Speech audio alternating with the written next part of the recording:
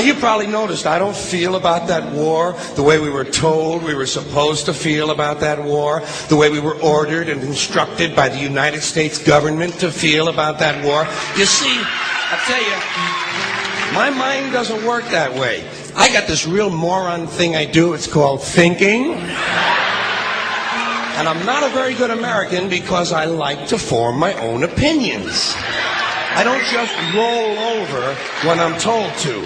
Sad to say, most Americans just roll over on command. Not me.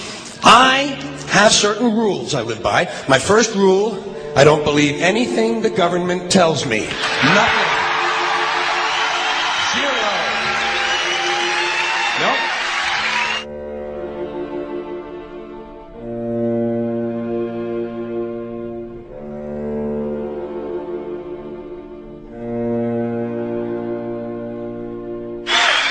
And I don't take very seriously the media or the press in this country, who in the case of the Persian Gulf War were nothing more than unpaid employees of the Department of Defense, and who most of the time function as kind of an unofficial public relations agency for the United States government.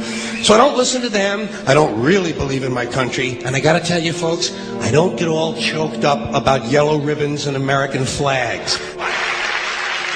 Now, to balance the scale, I'd like to talk about some things that bring us together. Things that point out our similarities instead of our differences. Because that's all you ever hear about in this country is our differences. That's all the media and the politicians are ever talking about, the things that separate us, things that make us different from one another.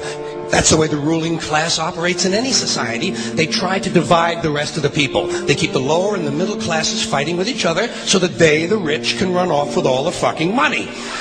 Fairly simple thing, happens to work.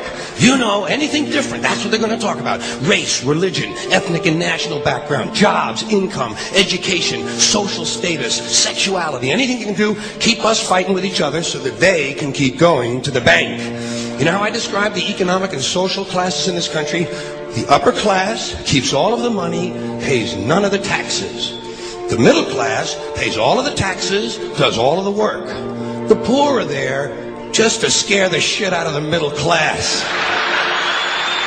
Keep them showing up at those jobs. Politicians know that word. They use it on you. Politicians have traditionally hidden behind three things: the flag, the Bible, and children. No child left behind. No child left behind. Oh, really? Well, it wasn't long ago you were talking about giving kids a head start. Head start? Left behind? Someone's losing fucking ground here. But there's a reason. There's a reason. There's a reason for this.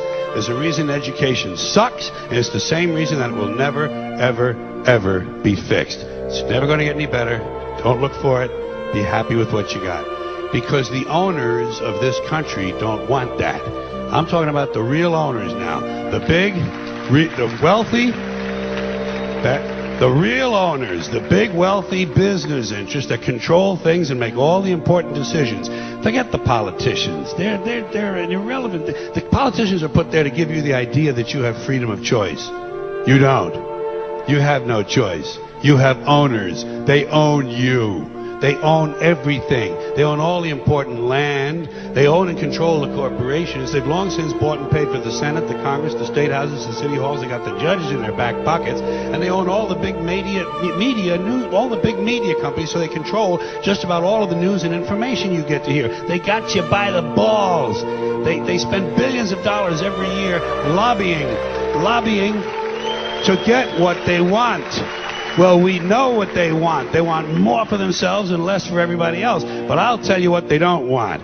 They don't want a population of citizens capable of critical thinking. They don't want well-informed, well-educated people capable of critical thinking. They're not interested in that. That doesn't help them. That's against their interest. That's right. You know something? They don't want people who are smart enough to sit around the kitchen table and figure out how badly they're getting fucked by a system that threw them overboard 30 fucking years ago. They don't want that. You know what they want? They want obedient workers. Obedient workers. People who are just smart enough to run the machines and do the paperwork, and just dumb enough to passively accept all these increasingly shittier jobs with the lower pay, the longer hours, the reduced benefits, the end of overtime, and the vanishing pension that disappears the minute you go to collect it. And now they're coming for your Social Security money. They want your fucking retirement money. They want it back. so they can give it to their criminal friends on Wall Street. And you know something? They'll get it. They'll get it all from you sooner or later, because they own this fucking place. It's a big club, and you ain't in it.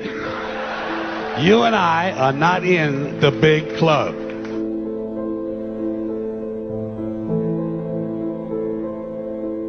The greatest form of control is where you think you're free when you're being fundamentally manipulated and dictated to.